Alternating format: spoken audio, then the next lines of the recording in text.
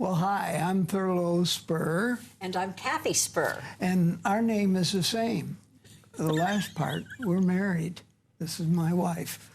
And I'm her husband. And we're so glad that you decided to watch today because we got something very special for you.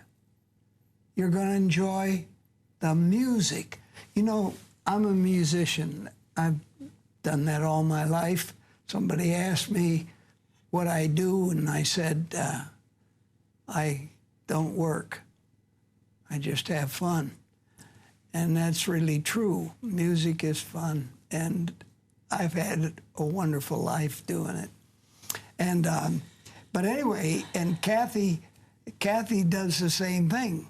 She does music too. We do it together. We write together, and we produce together, and we put things together.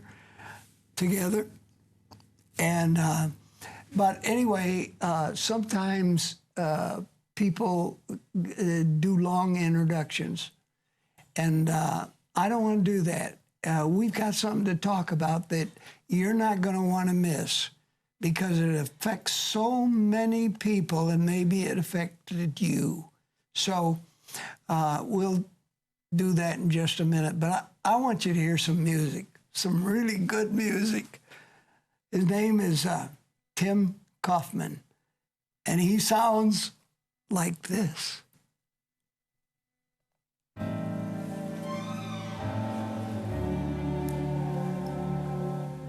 When hope seems far from where you are and your blue skies all have turned gray, your path is unclear and failure's fears are standing in your way, hold tightly to God's promise. Every need He will supply. For though the world may fall around us, on this we can rely. He will provide. He will provide. When times are hard and God seems far, He will provide. This season will not last forever. You'll hope again. This storm you'll weather. In time you'll see much more than ever. He will provide.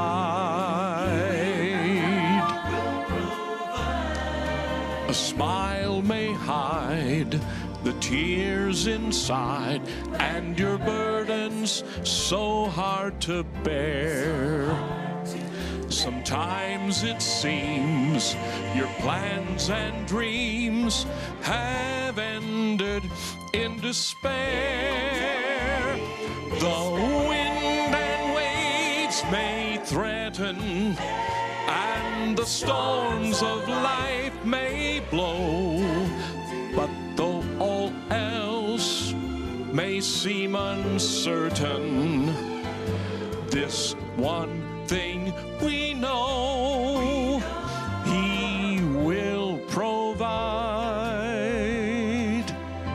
He will provide. When times are hard and God seems far, He will provide. This season will not last forever. You'll hope again. This storm you'll weather. In time you'll see much more than ever. He will provide. He will provide. Yes, He will provide. When times are hard and God seems far, He will provide. season will not last forever. You'll hope again. This storm you'll weather. In time you'll see much more than ever. He will provide. This season will not last forever. You'll hope again. This storm you'll weather. In time you'll see much more than ever. He will provide. He will provide. Yes, he will. He will provide. He will provide. He will provide.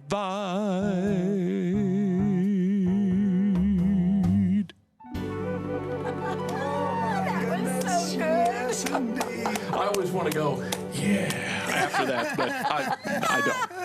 That was great. Well, you have just listened to the wonderful voice of Tim Kaufman. Tim is obviously an accomplished singer. He's an actor. He's a minister of music. He's a dad.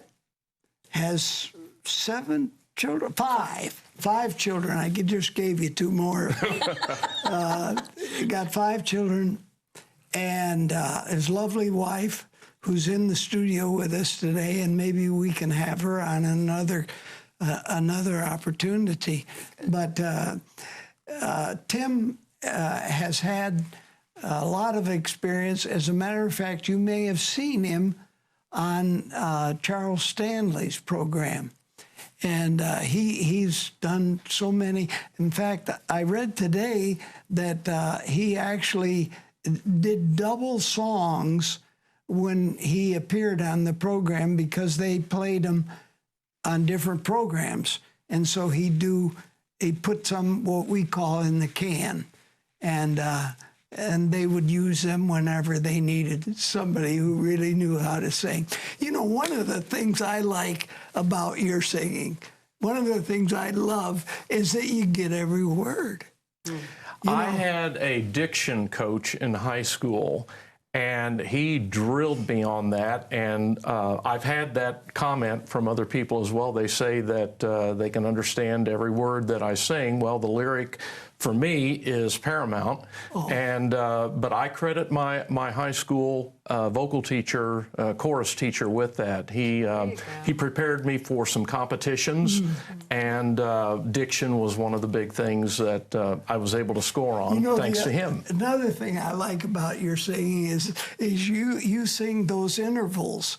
People may not know what an interval is, but there are intervals in all of life, you know. There's space. It's space between, and skips where you go from a high note to a low note, and then you go 2 or 3 in between, and all of those skips sometimes are just kind of like they're just kind of slid around, and I like them when they're right there. And the third thing I love about his music is that I love the rhythm. The rhythm is the box. It's the vase. It's the dish. That is one beautiful dish right there on a coffee table. Victor Bowers does such a great job with putting this all together. And the other thing I love is just the fact that we have good equipment at the Super Channel. These are 4K cameras, and they're the latest thing that you can get. And I am so delighted that God's work is done right, that we have the tools to do it. Obviously, you took some lessons or you studied. How did that work out? Well, I went to college to play baseball. Music was a hobby. And so I always sang just from natural ability. I would pick up. I started singing in gospel quartets when I was 14. And then I got I became part of Word of Life Ministries with Jack Wurtson, yes. and was with them for 5 years.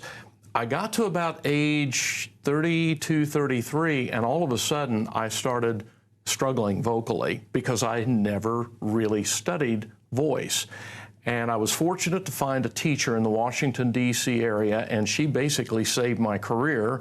I was losing my top. I couldn't sustain notes. And in 3 weeks, she stopped the bleeding. In 6 months, I was singing things that I had never sung before. You know, a lot of people think that singing is just kind of thunk up and did, you know, and you're born with natural talent. But, you know, I know some of the best singers in the world who've lost their voice because they weren't doing it right. Yeah.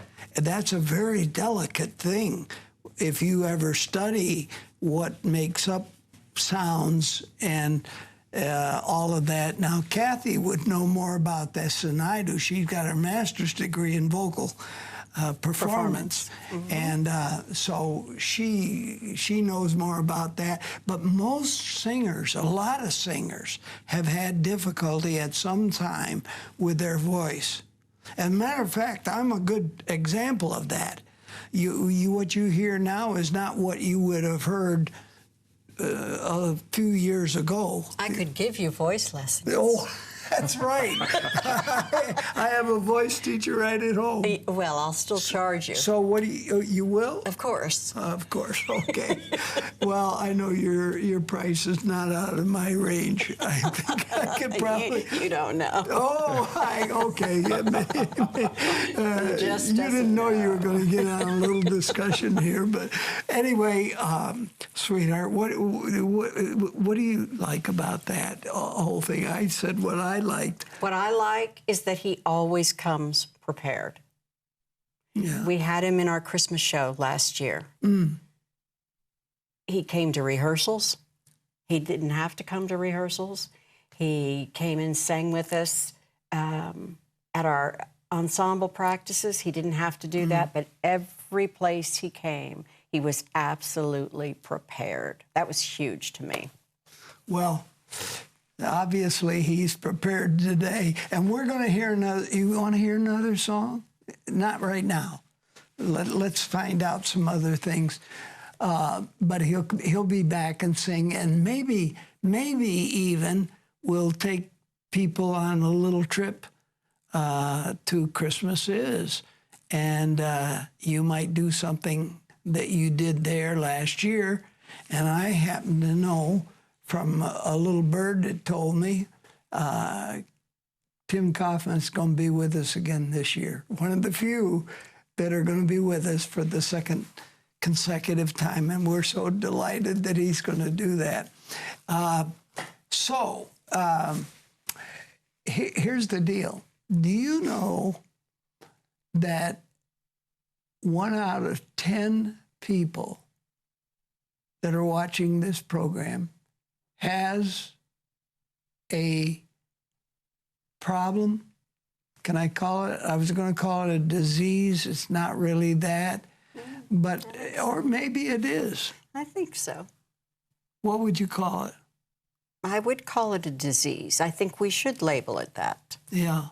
Maybe we'd treat it a little bit more differently. importantly. 1 out of 10 people. You know what? I'm going to sense that enough. That was in what, 2019? Before the pandemic. Before the pandemic. I read last night that it's now 1 in 4. Wow. I wouldn't be 1 in 4. surprised. 1 in 4. That's huge, and we don't talk about it because it's kind of a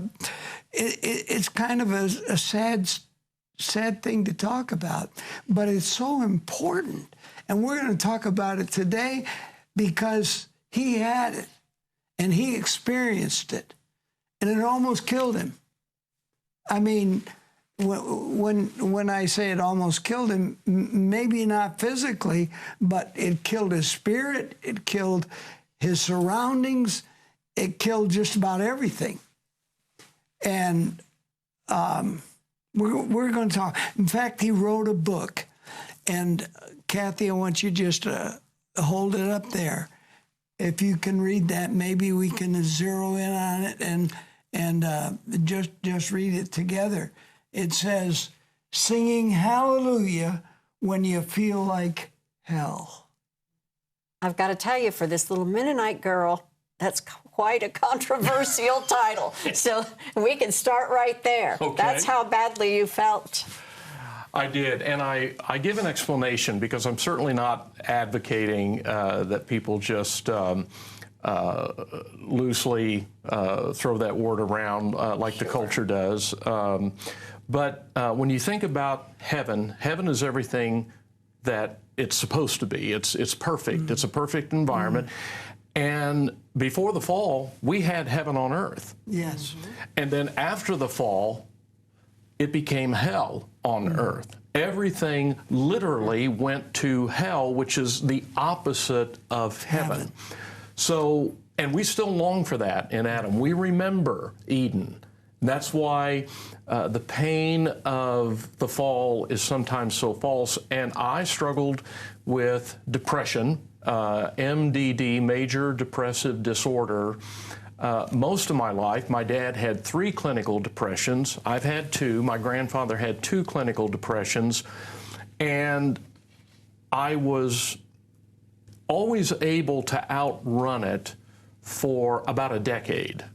And then it would rise up and just get a hold of me. So you had your intervals of 10 years, really? Yeah. Wow. Yeah. And one of the things that helps you overcome depression is always having a goal, having something to look forward to, something that makes a difference in people's lives. And so every weekend, before children, Alicia and I were traveling. She was my sound man, and she was quite a good one, too. And then when the children came, I took our tours that would go 2, 3, 4 months, and I began doing programs in weekend formats. Saturday night, Sunday morning, Sunday night, I'd have 2 or 3 locations, and then I would come home most Monday nights or Tuesdays, and then my weekend was Tuesday, Wednesday, Thursday. Then I'd go back out and do it again. And so I always had something to look forward to, and I was always preoccupied with that. And so I was able to, in some ways, outrace the depression. But, you know, when those alone times, extended moments, I did not know at the time that I needed to be on medication. Which I am now, and not only am I glad, my family is glad. And but I decided that after I had my second crash and burn in 2010, that I was going to write about it.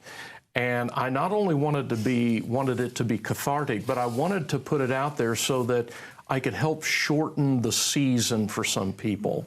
That it doesn't have to be 5 and 6 and 7 years long to get well, but that you could knock it out in maybe a few months to just a couple of years, because I believe that that's possible if we know what we're doing and we attack it just like we would attack cancer, just like we would attack heart disease, just like we would attack any other malady that we face in life. If we will do it strategically, intelligently, and with the right support system, we can do better. Depression doesn't have to define you. And so you said that your father had it? He did. And your grandfather had it? My grandfather had it. So is it hereditary? In my case, yes. There is a chemical imbalance that the Kaufman family, this line of the Kaufman family, just happens to have.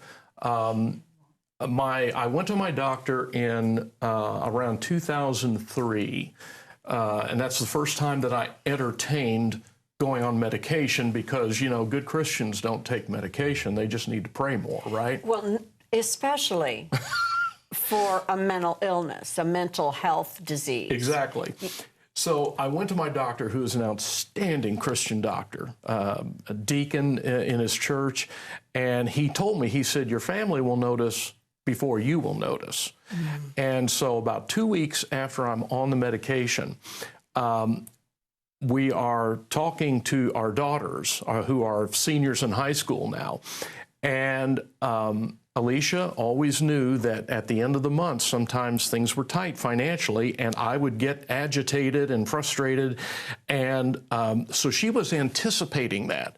So she began to get impatient with the girls, and I step in and I say, now, look, let's just all just take a chill pill. Let's relax a little bit.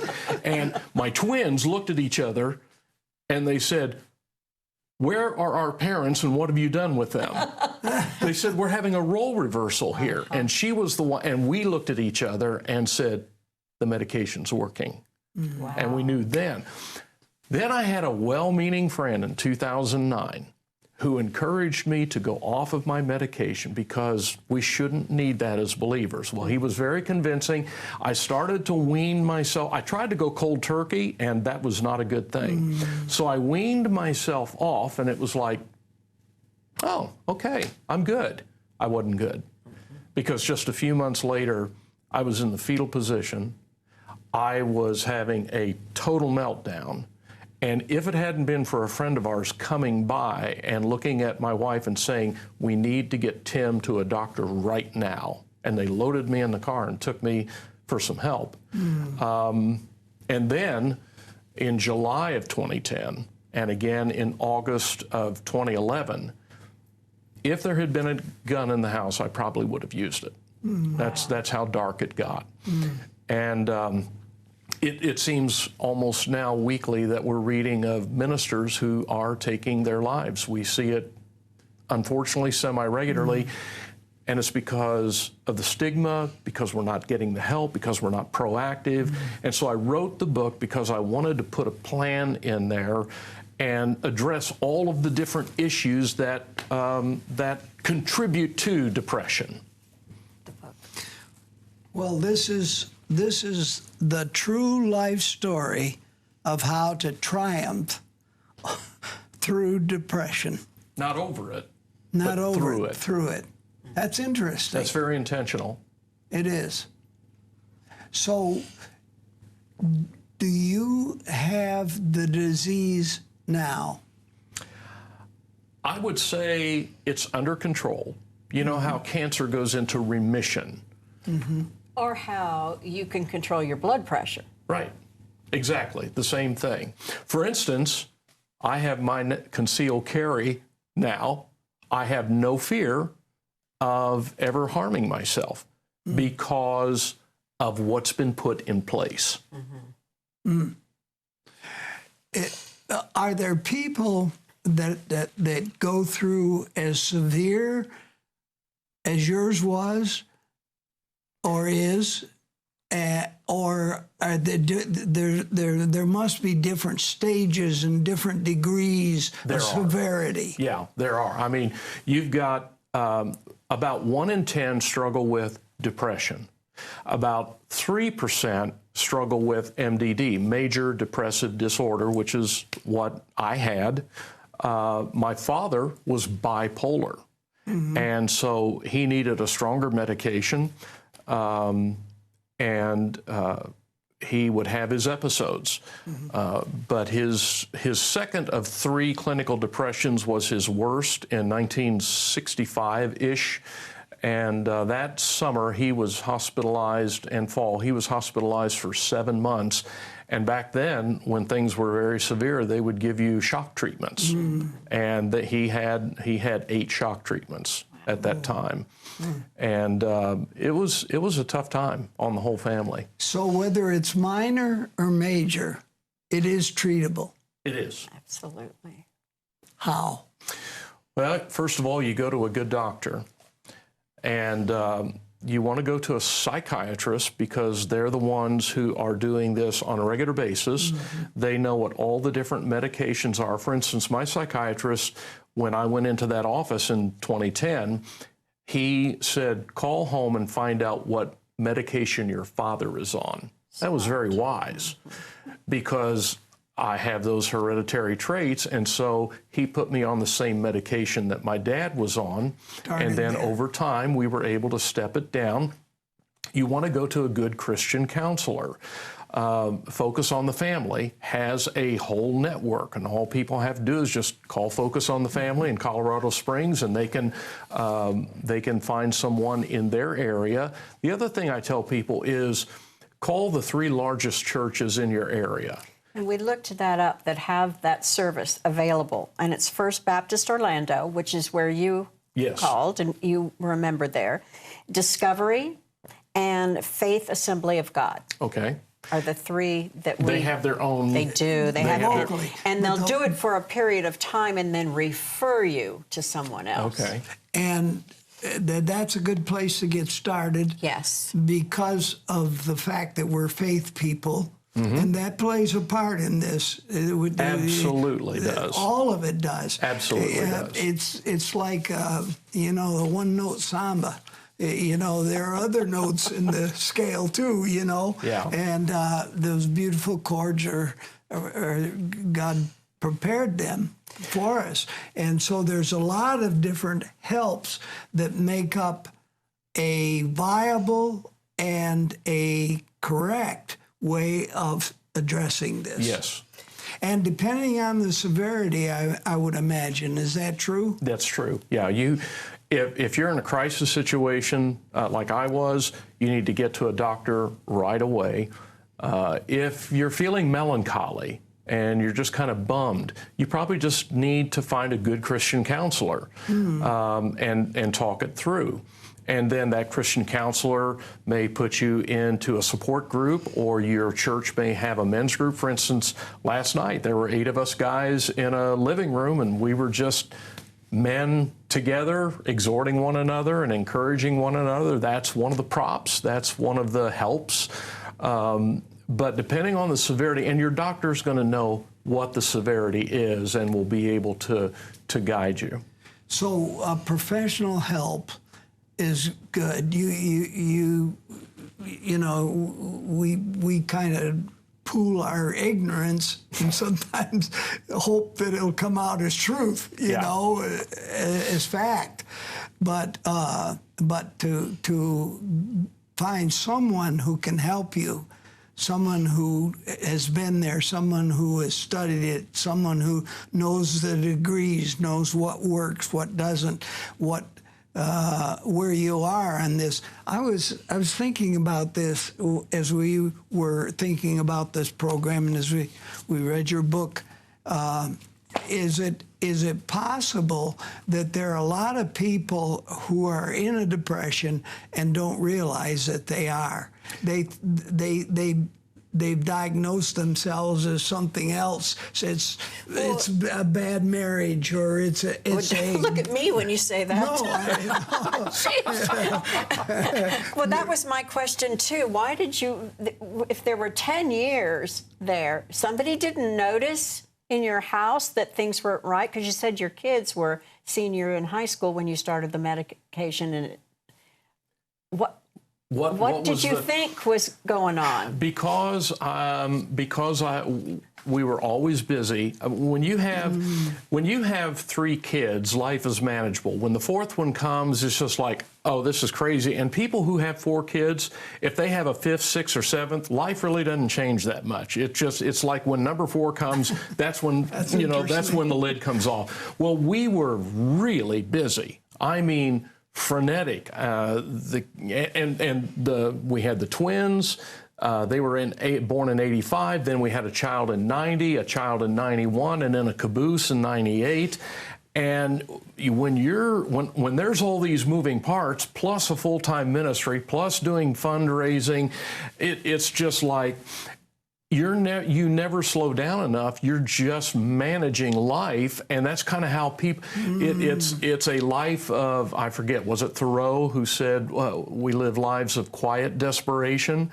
Some people live lives of frenetic desperation, and so you're busy, and that's one of the things. That's why a lot of church people don't get diagnosed properly, because they're in the choir, they're at this service, they're doing this good work, and all of that helps to mask the real stuff that's going on underneath the surface, and so we stay very, very busy, and we're very skilled at that. And we also know how to hide, because if we have a little suspicion that something might be going on, we're very good at keeping our own secrets for a while, but it eventually comes out sideways. We probably ought to tell people where they can get this book. They can get it at my website or at Amazon, whatever's easiest for them. They can go to Amazon and just Singing Hallelujah When You Feel Like Hell, it'll come up. You can go to my website, timkaufmanministries.com, and either way. I'm positive that the COVID situation has not improved the numbers and the number of people who are really in some sort of depression. This is very interesting. During COVID, suicides actually went down. And the reason for that is the researchers say it's basically two reasons. Number one, when there is a huge task, people usually rally. The second reason is people were at home together, so they weren't as isolated, and they had forced time. Parents, again, here's the frenetic activity. Now, all of a sudden, they are teachers at home. They're teaching their kids. Grandparents are teaching their grandkids because the kids are home from school. So there's all this activity going on. So the suicides went down, but the depression, the anxiety, and the fear skyrocketed. And that, and we still don't know the fallout to that yet, but those are the latest statistics. Well, that's why we, at the beginning of the program, I mentioned that it was 1 in 10, and I read yesterday was 1 in 5, 1 in 4. Yeah. That means there's 3 of us here. The next guy is, if we had the fourth one, one of us would be in some state of this. Yeah. And I would imagine that a lot of it has to do with where you're working too, and the happiness of where what you're doing, and what you're involved in, and the people around you, and the pressure, and all of those things. Yeah. Work satisfaction does play a part. I want him to explain when people commit suicide most often. Okay. I didn't know that. So if you'll explain that to us. My counselor, a wonderful, godly man, Bob Foster, he uses the inverted bell curve. You know, we see the curve like this. Well, he says, you know, when you're looking at people with depression, it's usually down, and then we try to help them to come back up to where they were. He says, most suicides don't happen at the bottom of the bell curve. Most suicides happen as people are coming out of the bottom, because right here, their reasoning begins to return. And this is usually what they're thinking. I've had this so long. I have tried so many times. I've gone to the seminars. I've gone to the counselors. I've taken the medication. I've done all of this, and nothing is working. I might as well end it. And it's actually not at the bottom, but it's when they're coming out, when their reasoning faculties return. So interesting. You know, it is. Because how many times have you heard, I can't understand why they did this. Right. They were looking forward. They were coming out of this. They were having plans. I didn't know that. Yeah. You'll adjust if you have somebody around you like that to watch for it differently. Yes. Was there some way that you felt about yourself that had to do with this? Have you ever been able to define it in a sense? Or your history. Yeah. The third session that I had with a very, very gifted counselor in Jacksonville, she said, we're going to do our history work. And I said, okay, what's that all about? She said, we're going to ask God the Holy Spirit to show you who you need to forgive. See, a lot of times in secular counseling, they will try to take you back to find someone to blame. In Christian counseling, we go back to try to find someone to forgive. I love that. And Say that again now. in a lot of secular counseling, you will find that we're looking for someone to blame. In the Christian context, we're looking for someone to forgive. Because not only are there the sins we commit, there are the sins that were committed against us. And so there are true victims. And I was fortunate. I grew up in a sometimes verbally abusive household. You know, my dad, his bipolar, he would just blow his stack. He would always feel terrible afterwards. He'd always try, but that doesn't mitigate the damage that's done at the time. And I would say my dad was a good man. He saw to it that we were in church Sunday morning, Sunday night, Wednesday night. You know, I would try to fake sick on Sunday night, the night the Wizard of Oz was on. Now I'm going to church, you know, because we could only see it one day a year. That's right. And Dad was a good man by church standards, but that can hurt you and wound you, and so you have to forgive that so that a root of bitterness, Hebrews 12 says, doesn't spring up and defile many, which is exactly what had happened. I also had to go back and find a coach that I had to forgive. The most painful thing was forgiving my 6th grade teacher, and I tell about all of that in the book. So those roots of bitterness, they're there, and they are always churning, they're always growing until you cut them off at the root. You know, we've been talking about a subject that isn't exactly pleasant, but we're here to help.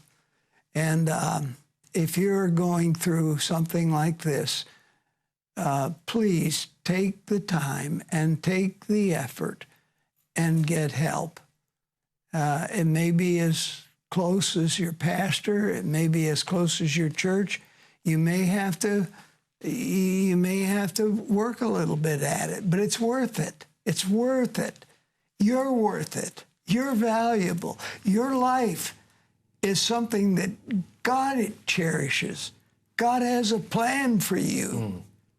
And it's not to wind up in a fetal position. It's not it's not to take your own life.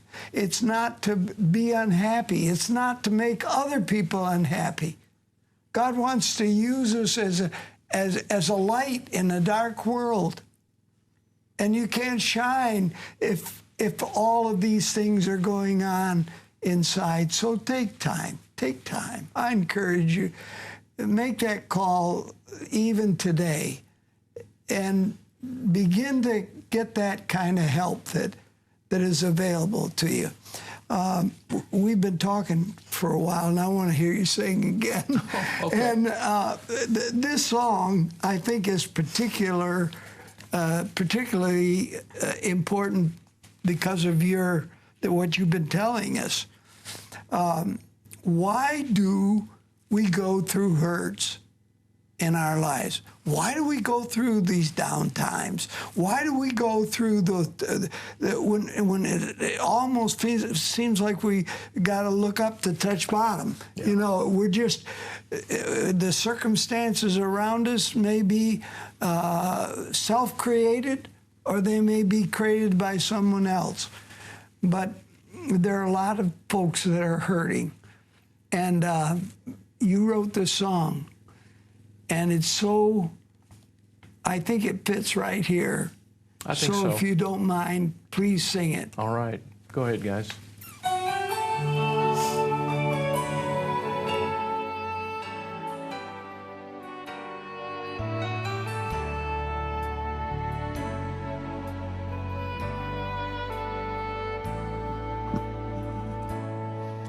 There are painful places we pass through, where surviving is the best that we can do.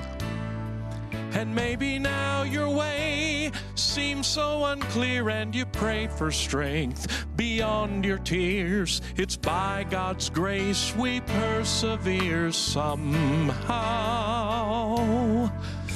And all that I can say to you for now is let it hurt, let it hurt. That's what it's supposed to do. Let it hurt. Let it hurt. He's doing his work in you. This troubled season in your life will one day make you more like Christ. It's a lesson all of us must learn. Let it hurt.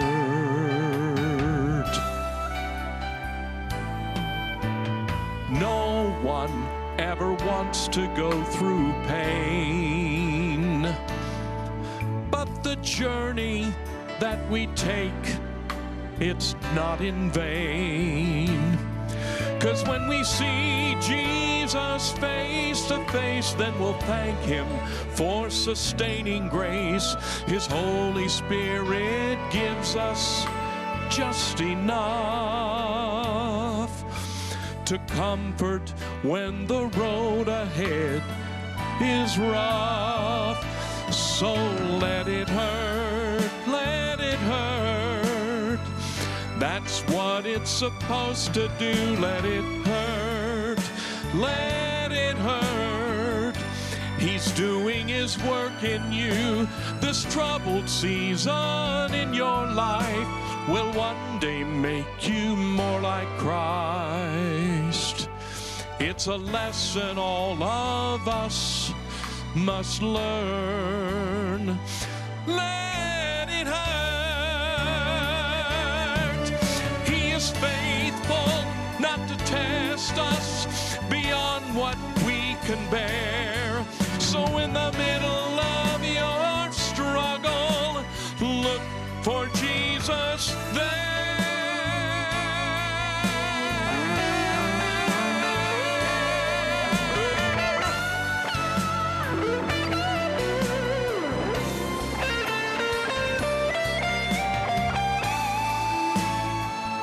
So let it hurt, let it hurt. That's what it's supposed to do. Let it hurt, let it hurt. He's doing his work in you. This troubled season in your life will one day make you more like Christ. It's a lesson all of us must learn. Let it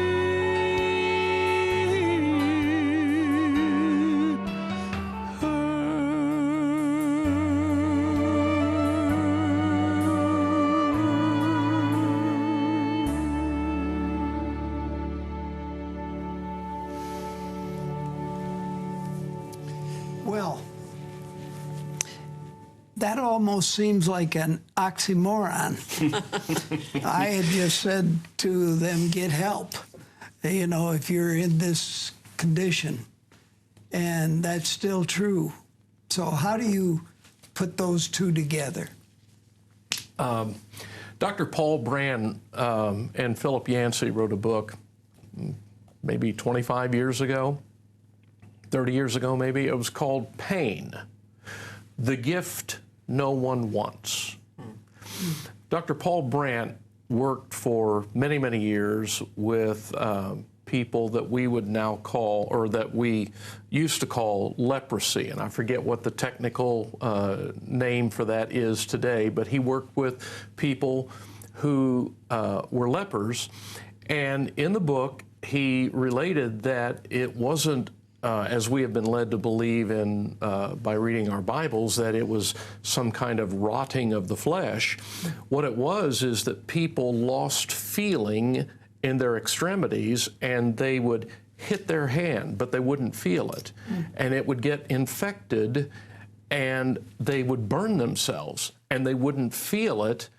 And then it would get infected, and then they would have to amputate. Then they would have to take the limbs off.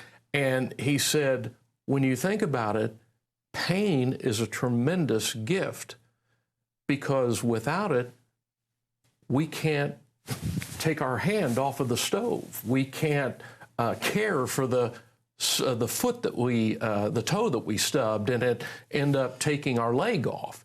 And so pain, I think it was C.S. Lewis that said, pain is God's megaphone for trying to get our attention. And when we hurt, and we hurt deeply, that means there's something that needs to be addressed. I think we need to make sure that we say that what you have is a chemical imbalance. You can't control that. No, I've tried to go off of my medication, and I tried to, I'm on the lowest dose now of 2 medications, and I tried to cut those in half, and I tried to go, not a good thing. But we hear so often as Christians that we just need to pray a little harder, trust Jesus a little more. And I just want to make sure that we don't do this to depression anymore. No, we need to find out. And again, it's not just chemical imbalance. It's not just family of origin. It's not just roots of bitterness. It's not just spiritual warfare or the devil. It could be 3 or 4 of those things. There may be 10 things contributing, and you have 5, and you have 3, and I have 6, and that's why we have to do the hard work. I'll tell you what turned me was I asked my wife in 2012 or 13, I said to her, I said, why haven't you left me yet? And she looked at me, and she just kind of turned her head, and she said, you're my family. At that instant, I said, I have to get well. And I realized that I have the responsibility to get well. I have the responsibility to pick up the phone. I have the responsibility to meet with a friend, to go to the doctor, to take the medication. It's up to me. I have that responsibility. And if I'm not there, then I need to allow the people to help me until I can do it on my own. And so to anyone that's out there, to anybody that's out there right now, if you're feeling like this, I want to encourage you. There's help, there are resources, there are people, there are books, there's medication, we don't have to suffer like my dad suffered, like my grandfather suffered. We have everything that we need. And remember, God says, I've given to you everything that pertains to life and godliness. Well, guess what? We're living in a modern age where we can take advantage of the new things that have been found. So we can get this done. So you have key people. Absolutely. Who are your key people? My key person is my wife. My key person is a buddy of mine who's a music director in Destin. I have 3 or 4 guys that I can pick up the phone and call right now and tell them exactly what's going on. And they're going to listen, and they're going to coach and encourage. And so you've got to have those people in your life. That has to do with friends, your circle of friends. They can either pull you down or lift you up. Yes, they can. And so you got to have the right friends. Yeah. And you might have to start seeing less of somebody and more of someone else. Exactly. Yeah. And then you fill yourself with other things besides that. Oh, yeah. What you read. Tell me some of those. What you read, podcasts. Oh, gee, I read. My wife will tell you that I read more than I should be allowed. We go to the beach. I take 2 books with me. I mean, I just love to read. But I'm going to read something that's going to challenge me. I'm going to read something that's going to stretch me. It may be theology. It may be. It depends on the season you're in. And so, but here's one thing that I've always prayed, and I've prayed this over people who have come forward in my meetings. I have actually prayed for myself and for them. Lord, bring into my life, bring into their life the right book, the right, well, we used to say tapes, the right podcast, the right CD, the right phone call, the right person, the right broadcast. Bring into the resources that we need that will help us, and of course, the right scriptures. There was a key scripture that God gave me when I was at my lowest. And I will tell everyone this, that I could not pray for 3 months in 2010.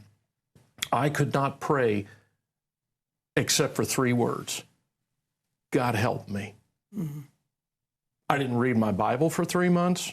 I didn't listen to anything for 3 months. All I could pray for 3 months was, God help me. And then he led me to, and I've got to pull out my eyes here, he led me to Hebrews chapter 6. I love the book of Hebrews. And he gave me hope with this. God is not unjust. He will not forget your work and the love you have shown him as you have helped his people and continue to help them. Mm. And I said, Lord, I'm not helping anybody right now. Mm. And it was like he said, you will continue to help them. Mm. I'm not going to forget what you have done. Yes. You have helped God's people, and you will help them again. Mm.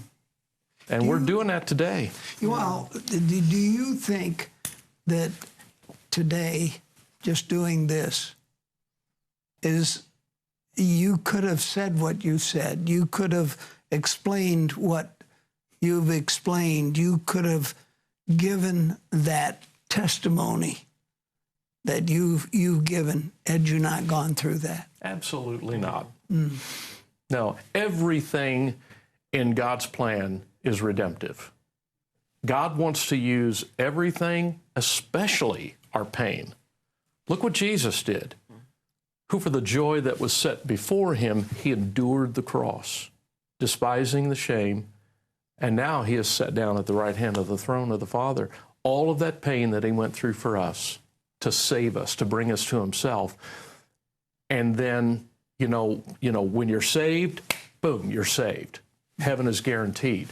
But when you're saved, you're not sanctified yet. You are positionally, but boy, there's a lot of work that has to go on, and there's a lot of work that has to go on in our head, in our heart, in our mind, in our soul. We've only got a few minutes before we have to go, but there are 2 things I would like to do.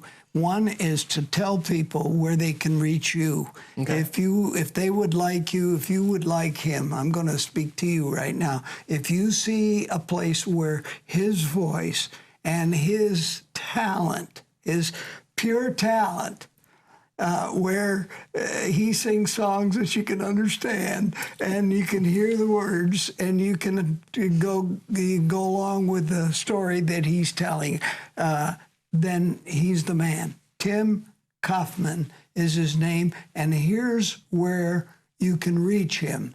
He can be reached, and if you make that phone call or you go online or wherever it is, or do it however you want to do it. But for your church, for your event, if that's the kind of talent you want to have, make that call. If you would like to talk about, or you feel people need this kind of experience and solutions that he's found, contact him. So www.timkaufman.com. TimKaufmanMinistries.com. Tim Kaufman Ministries. Kaufman only has 1 F. Well, we'll have it up on the screen. Good. So, good. And I also want to say that just leave it there for a few seconds, if you would, because it's important. I also want to say that my wife and I have taken our collective experience of 41 years of marriage, and we have a marriage workshop for couples. I do a men's workshop and help men with our issues, and we usually do that in a 3-hour evening, sometimes over a barbecue. Churches will do that. What a good idea. So we love doing that too. Oh, great. Well, there are some opportunities, so, don't let them just sit there. Well, someday. Think about it now. If God brings something to your mind where this fits, do it. just do it. That's a good motto for today. I want to talk just a little bit about ChristmasIs. Okay. We called you last year and we asked you to not only sing, but to be in the second part of the program, which is an event that we made up. That is actually a reunion at the Bethlehem Inn. And they may have had this, but it's just not recorded. We just. I thought it was very clever, and I loved the whole idea, and we had a lot of fun with it.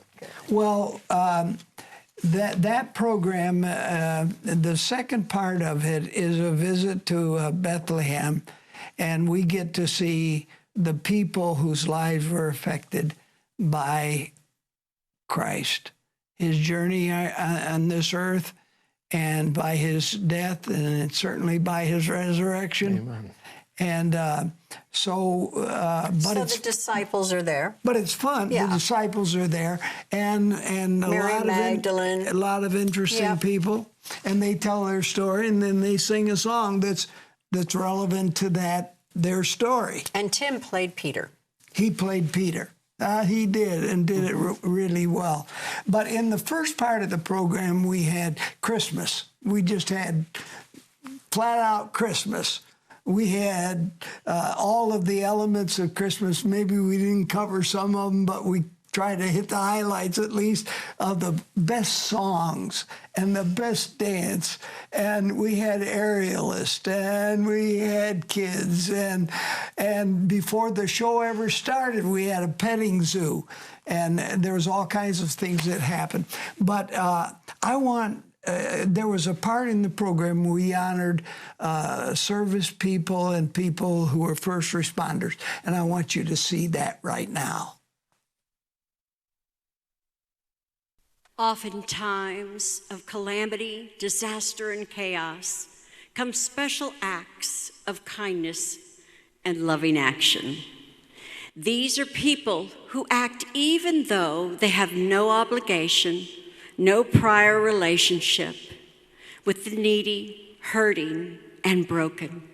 They instantly jump into action to protect, heal, and even give their own lives so that others may live. Some would call them Good Samaritans. Some might refer to them as brave. Some would think they embody the very best of the American spirit. In the next few minutes, we would all like to thank them for their unselfish compassion and acts of mercy. They bind up the broken, lift up the fallen, and care for the wounded. They protect, preserve, and serve. For they indeed are heroes for today.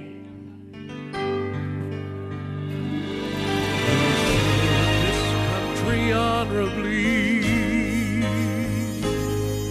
a people strong and blessed,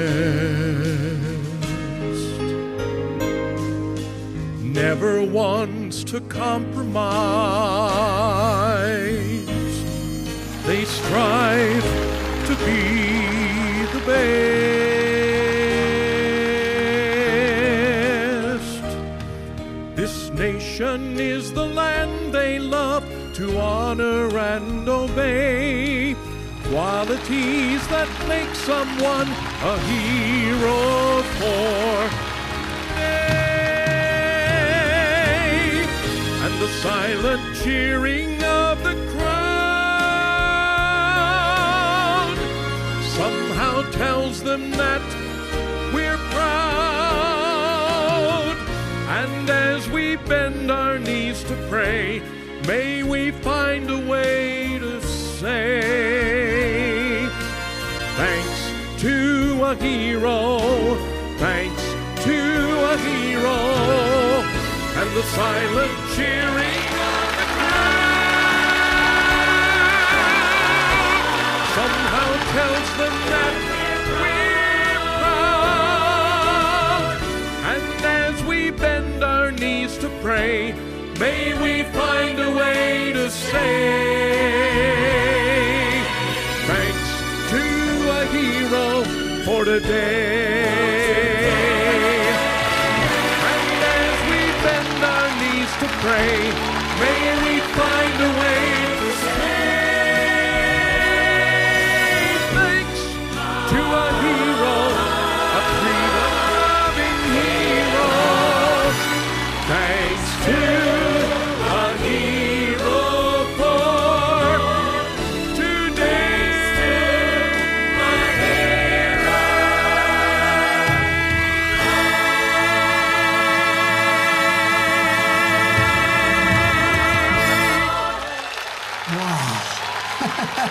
Strong. That's Tim Kaufman. Remember that name. And don't forget, Christmas is. It's coming up, and you can get tickets right now.